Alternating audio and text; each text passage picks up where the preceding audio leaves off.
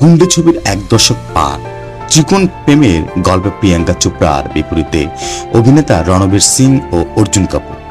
প্রিয়াঙ্কা তখন বলিউডে প্রতিষ্ঠিত অভিনেত্রী, আন্তর্জাতিক ছবিতে আত্মপ্রকাশের কথাবার্তাও চলছে। সেই তুলনায় রণবীর ও অর্জুন নিতান্তই নবাগত বলা চলে। প্রিয়াঙ্কার সঙ্গে একই ছবিতে অভিনয় তাদের কাছে যেন একটা স্বপ্ন পূরণের মতো। সম্প্রতি একটি সাক্ষাৎকারে এমনই জানালেন অর্জুন কাপুর।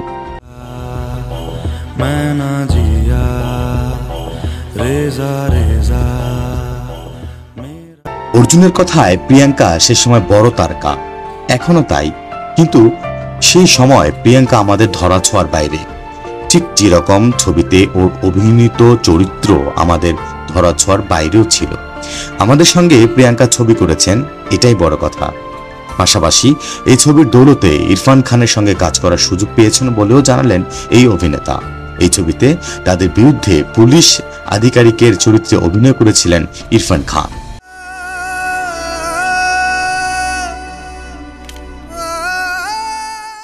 অর্জুনের মতে গুন্ডে যদি বর্তমান সময় মুক্তি পেত তাহলে সেই সময়ের তুলনায় আরো সফল হতো ছবিটি। তার কথায় পরিচালক আলী আব্বাস জাফর ভাই খুব ভালোভাবে ছবিটি ফুটিয়ে তুলেছিলেন।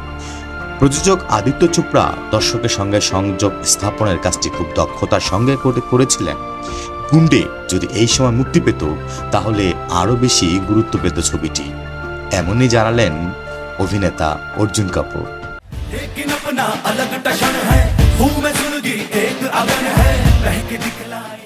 শাহিন আলম, SBS বাংলা, ঢাকা।